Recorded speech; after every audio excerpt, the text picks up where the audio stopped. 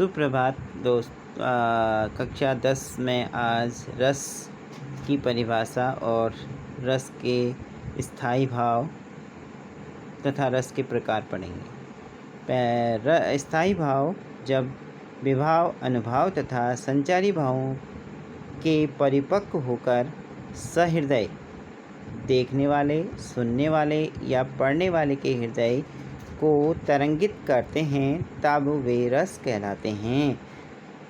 स्थायी भाव जो स्थायी रूप से, मुख्य रूप से हमारे मन में विद्यमान रहते हैं, जो भाव हमारे हृदय में बीज के रूप में छिपे होते हैं, परंतु किसी व्यक्ति, स्थान या समय को देखकर प्रकट हो जाते हैं, वे स्थायी भाव कहलाते हैं। रसों के स्थायी भाव निम्न प्रकार हैं। जो हिंदी में रस हैं, उनके स्थायी भाव इस प्रकार हैं।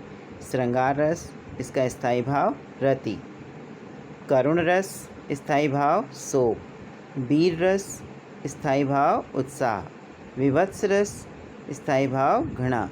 शांत निर्वेद। हास्य रस का स्थायी भाव हास। और रौद्र रस क्रोध। भयानक रस भय। अद्भुत रस विस्मय। वात्सल्य रस वत्सल।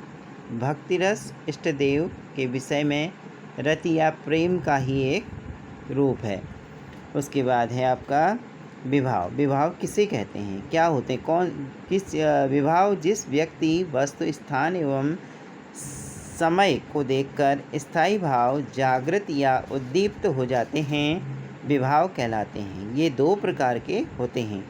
आलंबन विभाव, जिनको देखकर कोई स्थायी भाव जागृत हो, वह क्या होता है, आलंबन विभाव होता है। उद्दीपन विभाव, जिससे जागा हुआ भाव तीव्र हो, जो भाव जगा है वह और तेज होता है, उसे हम उद्दीपन कहते हैं। अनुभाव, जिस व्यक्ति में स्थायी भाव जागृत हुआ है, उसकी चेष्टाएं अनुभाव कहलाती हैं। संचारी भाव, मन में संचरण करने वाले भावों को संचारी भाव कहते हैं। जो संचरण का अर्थ है घूमते रहते हैं, उन भावों को हम संचारी भाव कहते हैं। जैसे हर्ष, विषाद, लज्जा, ग्लानि, चिंता, मोह, गर्व, उत्सुकता, उग्रता, चपलता, दीनता, जड़ता, श्रम, आलस्य, स्मृति, स्वप्न, मूर्ख, रोग आदि, ये सारे क्या हैं, जो मन में रहते हैं भाव। और हिंदी में जो प्रमुख रस हैं वह हैं श्रृंगार, वीर रस, वात्सल्य रस, भक्ति रस, रौद्र रस, भयानक रस, अद्भुत रस, विभत्स रस, करुण रस, शांत रस, हास्य रस। ये मुख्य रूप से हिंदी के रस हैं। इनमें जो प्रमुख है वह है हास्य रस। हास्य रस का आधार स्त्री पुरुष का सहज आकर्षण। श्रृंगार रस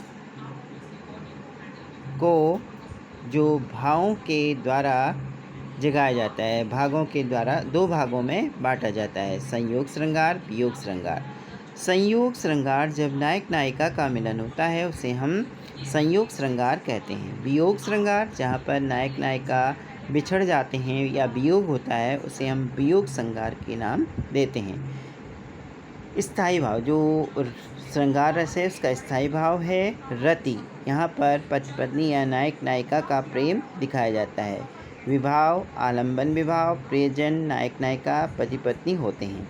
उद्दीपन विभाव, बादल की घटना, जो माहौल वहाँ का है, जैसे कोयल का बोलना, बसंत ऋतु आदि, उद्दीपन विभाव। अनुभाव, प्रियजन की स्मृति से शरीर में रोमांचित होना, आँखों से आंसुओं का गिरना आदि अनुभाव कहलाते हैं। संचारी भाव, निराशा, आवेग, दीनता, जड़ता, मोह आदि, ये सारे क्या हैं, उसके संचारी भाव हैं।